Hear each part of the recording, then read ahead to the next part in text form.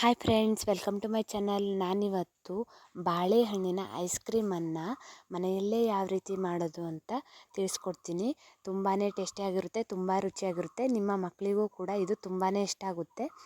ಯಾವುದೇ ರೀತಿಯ ಕೆಮಿಕಲ್ ಹಾಕದೇ ಮನೆಯಲ್ಲೇ ಮಾಡಿರುವಂತಹ ಬಾಳೆಹಣ್ಣಿನ ಐಸ್ ಕ್ರೀಮ್ ನಾನು ಹೇಗೆ ಮಾಡೋದು ಅಂತ ತಿಳಿಸ್ಕೊಡ್ತೀನಿ.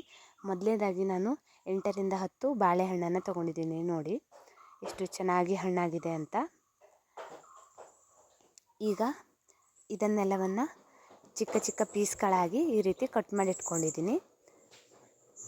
ಈ ರೀತಿ ಚಿಕ್ಕ ಪೀಸ್ಗಳಾಗಿ ಕಟ್ ಮಾಡ್ಕೋಬೇಕು.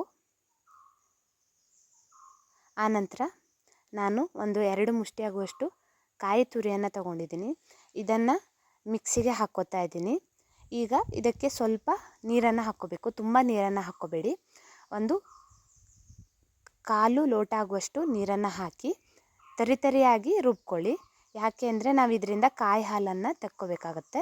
ನೋಡಿ, ಈ ರೀತಿ ಗಸಿಯನ್ನು ತೆಗೆದು ನಾನು ಒಂದು ಬೌಲ್ ಆಗುವಷ್ಟು ಕಾಯಿ ಹಾಲನ್ನು ರೆಡಿ ಮಾಡಿ ಇಟ್ಕೊಂಡಿದ್ದೀನಿ.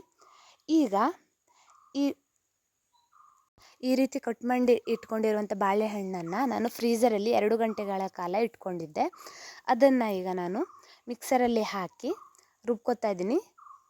ಕಾಯಿ ಹಾಲನ್ನು ಕೂಡ ಹಾಕ್ಕೋತಾ ಇದ್ದೀನಿ. ಈ ರೀತಿ ಸ್ವಲ್ಪ ನುಣ್ಣಗೆ ರುಬ್ಕೊಂಡ ನಂತರ ನಾನು ಒಂದು 7ರಿಂದ 8 ಸ್ಪೂನ್ ಆಗುವಷ್ಟು ಸಕ್ಕರೆಯನ್ನು ಹಾಕ್ಕೋತಾ ಇದ್ದೀನಿ. ಬಾಳೆಹಣ್ಣು ತುಂಬ ಸಿಹಿ ಇದೆ ಅಂದರೆ ಸಕ್ಕರೆ ಕೂಡ ಬೇಡ. ಈಗ ರುಬ್ಕೊಳ್ಳೋದಕ್ಕೆ 1 ಲೋಟ ಹಾಲನ್ನು ಹಾಕ್ಕೋತಾ ಇದ್ದೀನಿ. ನೋಡ್ತಾ ಇರ್ಬೋದು, ಈ ರೀತಿ ನುಣ್ಣಗೆ ಚೆನ್ನಾಗಿ ರುಬ್ಕೋಬೇಕು. ಈಗ ನಾನು ಖರ್ಜೂರವನ್ನು ಸಿಪ್ಪೆ ತೆಗೆದು ಈ ರೀತಿ ಚಿಕ್ಕ ಚಿಕ್ಕ ಪೀಸ್ಗಳಿಗೆ ಹೆಚ್ಕೊಂಡಿದ್ದೀನಿ. ನೋಡ್ತಾ ಇರ್ಬೋದು, ಈ ರೀತಿ ಸ್ಮೂತ್ ಪೇಸ್ಟ್ ಆಗಬೇಕು. ಇದೇ ಹದಕ್ಕೆ ಬರಬೇಕು. ಅದು ನೀವು ಬಾಳೆಹಣ್ಣನ್ನು ಫ್ರಿಜ್ಜಲ್ಲಿ ಇಟ್ಕೊಳ್ಳೋದ್ರಿಂದ ಮಾತ್ರ ಈ ರೀತಿ ಬರೋಕ್ಕೆ ಸಾಧ್ಯ. ಈ ರೀತಿ ಒಂದು ಡಬ್ಬದಲ್ಲಿ ನಾನು 1 ಲೇಯರನ್ನು ಪೇಸ್ಟನ್ನು ಹಾಕ್ಕೋತಾ ಇದ್ದೀನಿ. ಬಾಳೆಹಣ್ಣು ಮೇಲ್ಗಡೆ ನಾನು ಖರ್ಜೂರದ ಚೂರುಗಳನ್ನು ಹಾಕ್ತಾ ಇದ್ದೀನಿ. ನೋಡ್ತಾ ಇರ್ಬೋದು, ಈ ರೀತಿಯಾಗಿ ಖರ್ಜೂರದ ಚೂರುಗಳನ್ನು ಹಾಕಿದ್ದೀನಿ. ಮತ್ತು ಮೇಲ್ಗಡೆ 1 ಲೇಯರನ್ನು ಹಾಕ್ಕೋತಾ ಇದ್ದೀನಿ.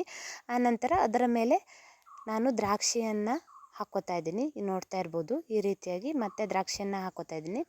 ಮತ್ತು 1 ಲೇಯರ್ ಬಾಳೆಹಣ್ಣಿನ ಪೇಸ್ಟನ್ನು ಹಾಕ್ಕೊಂಡು ಅದರ ಮೇಲೆ ಬಾದಾಮಿಯನ್ನು ಹಾಕ್ಕೋತಾ ಇದ್ದೀನಿ. ನೋಡ್ತಾ ಇರ್ಬೋದು, ಈ ರೀತಿಯಾಗಿ ಬಾದಾಮಿ ಹಾಕ್ಕೊಂಡಿದ್ದೀನಿ. ಮತ್ತೆ 1 ಲೇಯರ್ ಹಾಕಿ ಮತ್ತೆ ಖರ್ಜೂರದ ಪೀಸ್ಗಳು ಹಾಕಿ ಮತ್ತೆ ಮೇಲ್ಗಡೆ ಬಾಳೆಹಣ್ಣಿನ ಪೇಸ್ಟನ್ನು ಹಾಕ್ಕೊಂಡಿದ್ದೀನಿ. ಇದನ್ನು ಒಂದು 2 ತಾಸು ಫ್ರೀಜರಲ್ಲಿ ಇಡಬೇಕು. ನೋಡಿ, ಐಸ್ ಕ್ರೀಮ್ ರೆಡಿಯಾಗಿದೆ. ಇದನ್ನು ಒಂದು ಬೌಲ್ಗೆ ಸರ್ವ್ ಮಾಡ್ಕೊಂಡಿದ್ದೀನಿ. ರುಚಿಕರವಾದ ಬಾಳೆಹಣ್ಣಿನ ಐಸ್ ಕ್ರೀಮ್ ಸವಿಯಲು ಸಿದ್ಧ. Thanks for watching. ನಿಮಗೆ ಈ ವಿಡಿಯೋ ಇಷ್ಟ ಆದರೆ ಲೈಕ್ ಮಾಡಿ, ಶೇರ್ ಮಾಡಿ, ಕಮೆಂಟ್ ಮಾಡಿ. ನನ್ನ ಚಾನಲ್ಗೆ ಸಬ್ಸ್ಕ್ರೈಬ್ ಆಗಿ.